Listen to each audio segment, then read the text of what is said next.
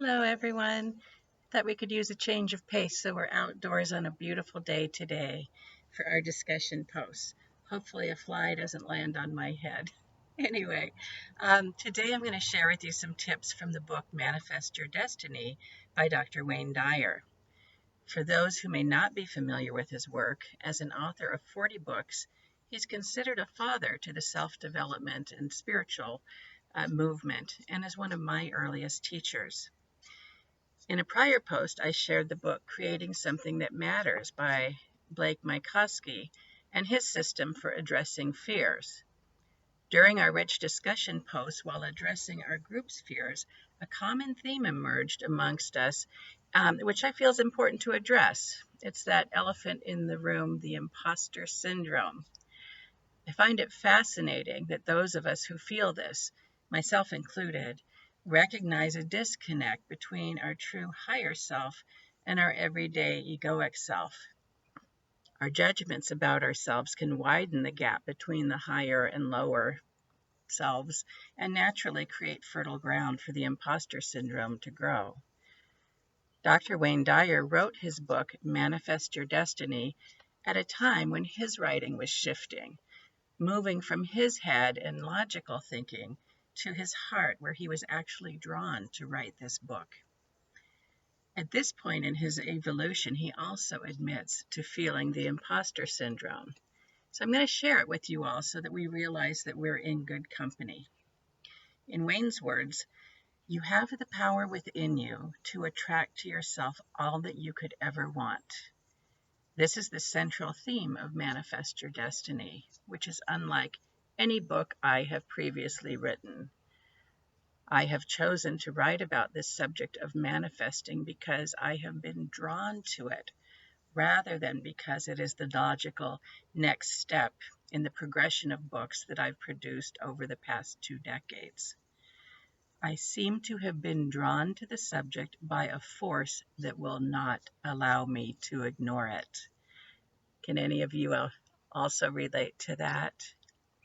Well, Wayne continues, as I began writing, I felt a sense of humility, along with a feeling of arrogance about taking on this subject matter. These feelings created questions such as, who am I to write about this capacity to manifest? What do I really know about manifesting in the first place?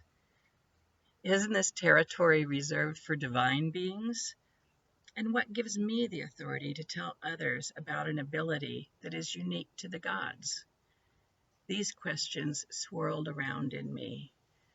I was motivated by more self-doubt than I like to acknowledge. Okay, I think we can all relate to Wayne there.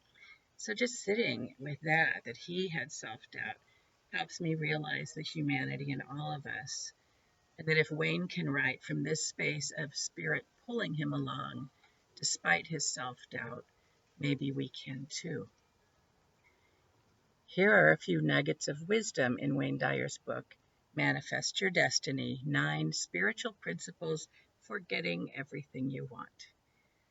He wrote this book in 1997, and it was groundbreaking at the time, but some of its wisdom is also timeless. The number one aspect of manifesting your destiny is becoming aware of your highest self. Wayne Dyer says that within you is a divine capacity to manifest and attract all that you need or desire. He says that this is such a powerful statement that we should savor it. So I'll repeat it again more slowly. Within you is a divine capacity to manifest and attract all that you need or desire. Dyer says that your highest self is not just an idea that sounds lofty and spiritual, it's a way of being. It is the very first principle that you must come to understand and embrace as you move toward attracting to you that which you want and need for this little parenthesis in eternity that you know as your life. The second principle that he shares is trusting yourself is trusting the wisdom that created you. Here, Dyer shares that we're not separate from the Creator, we are one with that. Recognizing our oneness, we slowly release our human conditioning and allow more of our divine self to be our point of reference. He says that there is timeless wisdom in this old idea of trust. Any person can sense that problems are within, but the spiritually trusting person realizes that the solution also is within. When you trust in yourself, you can proceed to attract the energy to you that provides the solution. And that when we can come to a level of trust in this knowing, to a point where peace serves as a serene alternative to egoic doubt and anxiety. When this happens, you will have tapped into a source of inspiration that provides you with all the sustenance you need. So I look forward to hearing your answers to one or more of the following 4 questions. 1. Is tapping into your higher self a priority? 2.